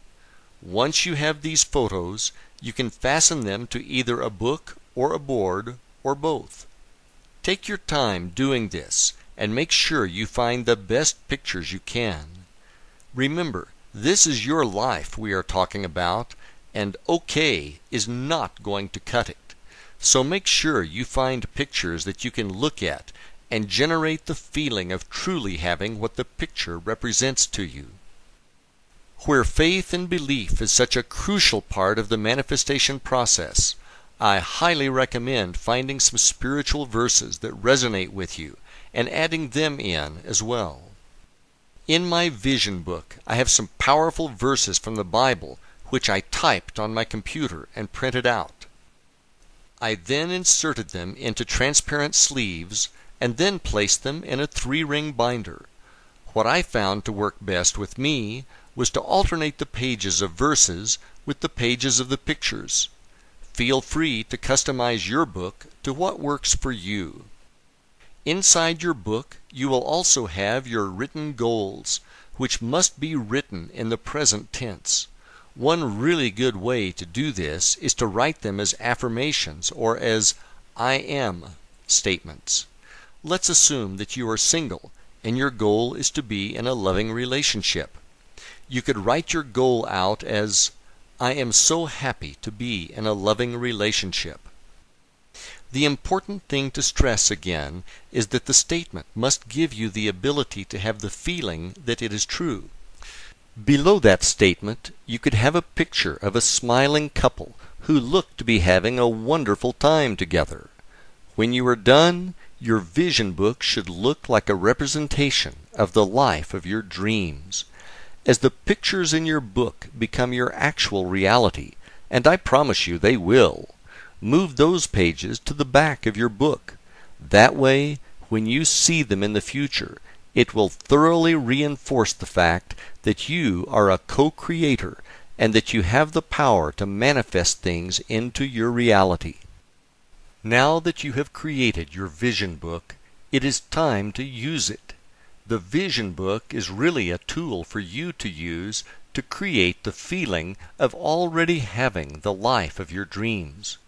At this stage, you have already defined what it is that you want to have in your life. You know why you want it, and you have true passion for it showing up in your life. Having pictures of what it looks like now is very powerful. I cannot explain to you exactly how it works. All I can tell you is that when you combine this with visualization, you are going to be blown away by the results. Chapter 11. Creative Visualization and Manifestation. Before I get into how massively powerful I believe the process of visualization is for manifestation, let me first explain to you what I am talking about. The process of visualization is to actively use your imagination to create the movie in your mind of what your dream life looks and truly feels like. When done effectively, you will be able to create a visualization which will seem as real to you as the dreams you experience when you sleep. I am going to go through the techniques I practice, and if you want to learn more, I suggest reading an excellent book entitled Creative Visualization by Shakti Gawain. That's Gawain. I learned the pink bubble technique, which I will discuss later, straight from Shakti's book. The visualization process, step by step. One of the things you must be able to master to have really good visualizations is the ability to quiet your mind through meditation. If you are new to meditation, don't worry. You are not going to have to get on a plane to Tibet to learn. It is a lot simpler than you might think, but I would suggest reading more on the subject. To begin, you need to be able to relax, turn off your outside thoughts, and bring your brainwaves down to a state known as alpha. At alpha, you are completely relaxed, but you are still awake. Alpha can best be described as the state which you are in just before you fall asleep. At that level, you are very relaxed, but you can still control your thoughts. One of the techniques I use to get into alpha is to sit in a comfortable chair, close my eyes, and relax, and then count backwards from 15 to 1. I actually see the numbers, and I relax more and more as I count down. Finally, at 1, I arrive at alpha, and I am completely relaxed. Once you are at alpha, you can begin your visualization process. When I first started to practice visualization, I would get into alpha and imagine a beam of white light passing through my body from the heavens to the center of the earth, and it would flow in and out with each breath, and after a handful of breaths, I would feel a sense of connection with the universe. Once I was at this level, I would begin my visualization process, which would last between 5 and 10 minutes, and I would step into my dream life, or ideal scene, where all of my goals had manifested. An important note I would like to add here is that when you are in your ideal scene, you are not visualizing about how it is to come about. Instead, you are enjoying being in the end result. One of the most important things you must have when visualizing is the ability to generate the feeling of joy and love that it has come true, and to bask in that good feeling. We live in a feeling universe, and these good feelings you experience are going to attract more experiences for you to have good feelings about. Eventually, these good feelings will be accompanied by the actual manifestation of the end result into your reality that you are now visualizing. Before you come out of your meditation, imagine the ideal scene now surrounded by a pink bubble, and get into a feeling of total joy and gratitude to the universe for bringing this to you. The next thing to do is to see the pink bubble float higher and higher, getting smaller and smaller as it rises to the heavens and eventually disappears. Now slowly open your eyes and realize that you have done your part, and the universe will bring it to you. Know and feel this to be true without any doubt. In the pink bubble technique just described above, the color pink is associated with love, which is the most powerful force in the universe. The bubble floating to the heavens represents detachment from the outcome, whereby you are not worried about it coming true because you know that it is true. My personal successes. I personally cannot tell you how truly powerful I believe the power of creative visualization to be. My personal belief is that when we are practicing the techniques, we are truly operating as co-creators with the universe, and operating in the field of infinite possibilities, where anything and everything can be created. There is going to be a time delay between practicing your visualization exercises and when the things you want to show up in your reality arrive. If you were someone who could operate at the vibration level of a Christ or Buddha, the time delay would be much shorter. The most important thing you need to do is believe with faith that it is done and on its way to you, and that it is only a matter of time before it shows up. The coolest thing is when it does show up, you will never see it coming ahead of time. When you look back, though, sometimes you will be able to connect the dots. A great example of this is when what appear to be challenges in our lives show up. Sometimes the challenges are precisely part of the universe's plan, and they are actually events needed to create the circumstances for our dreams to manifest. We don't realize this because we are not able to peek behind the curtain to see how it is all actually happening. Don't become disappointed by mistaking challenges as anything other than everything working out perfectly. When your dreams manifest, and they will, you will see that it was all part of a master plan to get you where you say you wanted to be, do, or have. Acting as a co-creator and through using creative visualization, I have and continue to manifest miracles in my life. If you regularly practice visualization, the miracles that show up will be yours. And is that going to feel good or what? I do need to make you aware of something before we close this chapter. Sometimes, for whatever reason, you are going to have days where you seem unable to get into the zone and will have difficulty visualizing. On an occasional basis, this happens to me as well. Don't worry about it. When this does happen, and it will, just work on one of the other techniques, such as scripting, which we will discuss in the next chapter. This will keep you on track and focused on your path to the life of your dreams. Chapter 12. Scripting. Scripting, which is sometimes referred to as journaling, is a great technique I use regularly to get into the feeling that my dreams have manifested. It is a really easy exercise to do, and it is great when you are pressed for time. There is something very powerful about writing words down on paper. It is especially powerful when you are writing them down while simultaneously having a feeling of gratitude. It only takes a few minutes, and you can generate some amazing feelings of truly having it now. It is important that you find a quiet place to write without distractions. From there, break out your paper and pencil and start writing about the miracles that you want to have materialize in your life, and the associated feelings of joy and gratitude now that they have become your reality. You should be able to generate the same level of feelings when you are scripting as you do when you are having a good day visualizing. What I normally do is start off with a statement such as, "I am so happy about blank," and then I start writing about and describing how good it feels to have blank in my reality.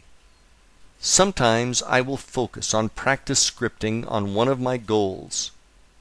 Other times I will script for a longer period of time and write about my entire ideal scene and the feelings of joy I have for it manifesting into my life.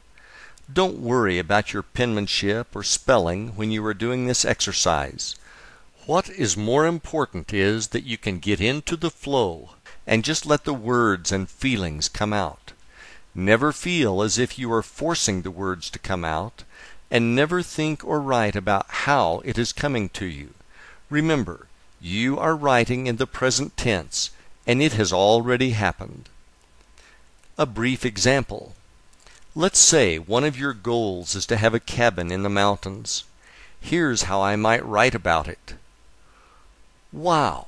I cannot believe how much I love spending time at our new cabin next to the lake.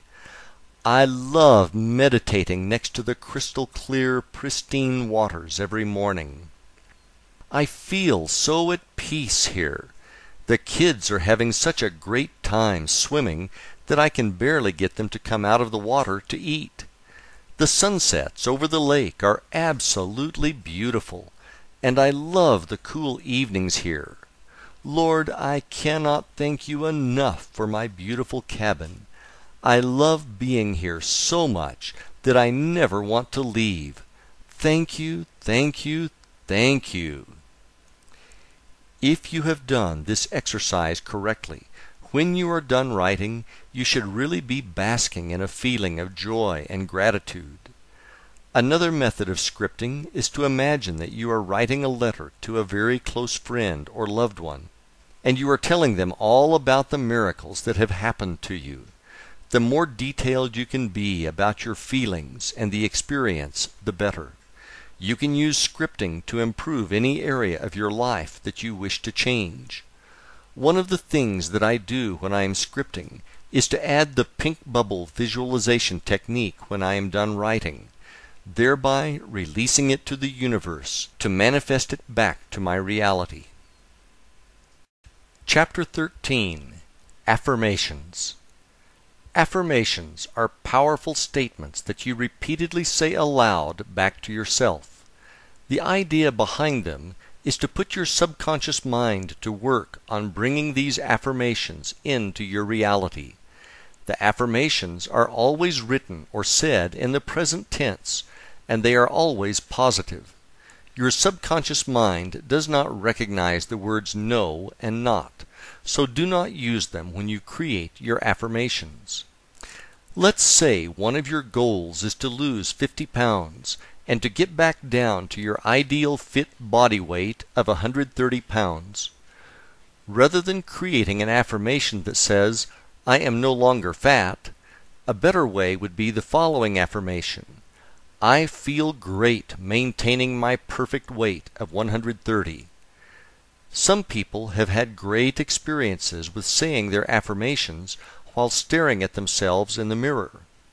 The technique which resonated best with me was to add this specific language to my affirmations.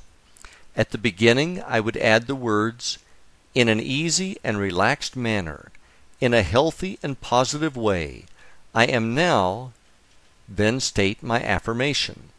And then I would close with, "In its own perfect time, for the highest good of all concerned, this or something better is now manifesting on my behalf." I have to credit Mark Allen for this technique, which I learned from reading his book, The Millionaire Course. Example: one of my actual affirmations. In an easy and relaxed manner, in a healthy and positive way, I am now building financial success which is beyond my wildest dreams. In its own perfect time, for the highest good of all concerned, this or something better is now manifesting on my behalf. This was one of the affirmations I created back during the time I was working on my 12 crazy goals. In closing, I think the best method to practice affirmations is to create one for each of your goals, and then to repeat them when you first rise, and again just before sleep. Then visualize and see them as all being true in your mind before drifting off to sleep. Chapter 14. As If. Think, speak, and act as if is a technique whereby you get into the mindset and feeling of being, having, and doing. What you are doing is creating a state of mind in which you feel as if you have already achieved your goals, and you create these feelings ahead of the actual event. You also combine this with action and do the things you will do when your dream life manifests, as well as acquiring the knowledge that you will need to be ready when your goals show up. One of the things you may need to get over is the concept of make-believe as something only children play. You live in a world that is make-believe, and never forget it. Wherever you are in life right now is a result of what you have believed and made. Now that you have been told this, it is time for you to use this knowledge to your advantage. Think of this as being similar to your visualizations, except that now you are doing them and you are fully conscious. To better get this concept across, let me give you an example from my life. The color of money. A few years after I bought that white Lexus LS 400, which I wrote about earlier in the book, I found myself wanting the newer model Lexus LS 430. I put a lot of miles on the LS 400, and I loved the car, but it was starting to wear out after I put about 180,000 miles on the odometer. One of the things I liked best about the newer LS 430 was that they added a wood insert into the steering wheel and dashboard, which really dressed up the interior. Knowing the power of being a co-creator, I drove down to the local Lexus dealer and picked up one of their sales brochures, which had a bunch of great pictures of both the exterior and interior of the car. I then cut out the best picture of the car and put it in my vision book, and I put the brochure in my Hour of Power bag, which I brought to the beach each day. After a while, I really knew what my new car looked like. When I would walk off the beach and get back to the LS 400, I would imagine that I was opening the trunk of my LS 430, and I would get into the feeling of how great it felt to have this beautiful car with a fantastic interior. Another thing I would do is to visualize and see in my mind's eye the wood accent interior of the LS 430 while driving the LS 400. This technique worked best when I would drive in the early morning before sunrise. Another thing I would do to get ready for the LS 430 was research on various internet sites to figure out what the true market value was for each year. I would then shop for LS 430s on eBay Motors, and I would look at all the pictures that the sellers posted on their ads. When I saw one that I liked, I would take it one step further and plug the information into another site, which would give me a valuation based on the year, options, and mileage. I really liked my LS 400 as it had reached out and found me, so I felt loyalty to her. One morning I hopped in the car to drive to an appointment to show a house to a client, and the car was completely dead. After messing around with it for 10 minutes and covered in sweat from the sweltering Florida summer, I finally started the car and made it to my appointment. When I got home after showing the appointment, I went directly to eBay Motors and found a deal on a beautiful dark green LS 430 nearby, and I clicked the Buy It Now button. After a few days, I appropriately named the car The Color of Money. The feeling I had now when physically driving the LS 430 was exactly the same as the as-if feeling I created when driving the LS 400. Now in the morning when I came off of the beach, I was really putting my beach chair and bag into an LS 430. All I could do was smile and feel gratitude, which is precisely how I prepared for this day through practicing as if. Whatever it is that you want, make sure that you do your homework to prepare yourself.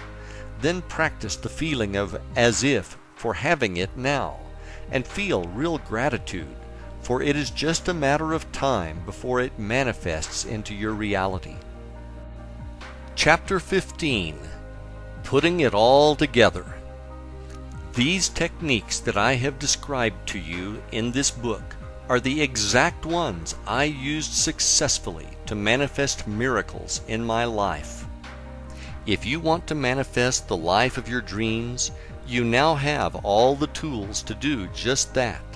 Feel free to use them in combination or as standalone techniques. Over time, you might want to change them around so that you stay focused and fresh. The most important thing that makes these techniques work is your faith and belief that they are already done and on their way. I hope that the miracles which I have manifested successfully using these techniques have made you into a believer in the fact that you are a co-creator and that you have the ability to truly create the life of your dreams. I hope that you will share this knowledge with everyone that you love, as they too deserve to live the life of their dreams. We are all here to help each other, and imagine the joy you will feel when they tell you that you have totally changed their lives. I have given you all the knowledge and tools you will need to be, do, or have whatever it is that you want. It is now up to you to take action. I wish you Godspeed on your journey. All the best, Pete.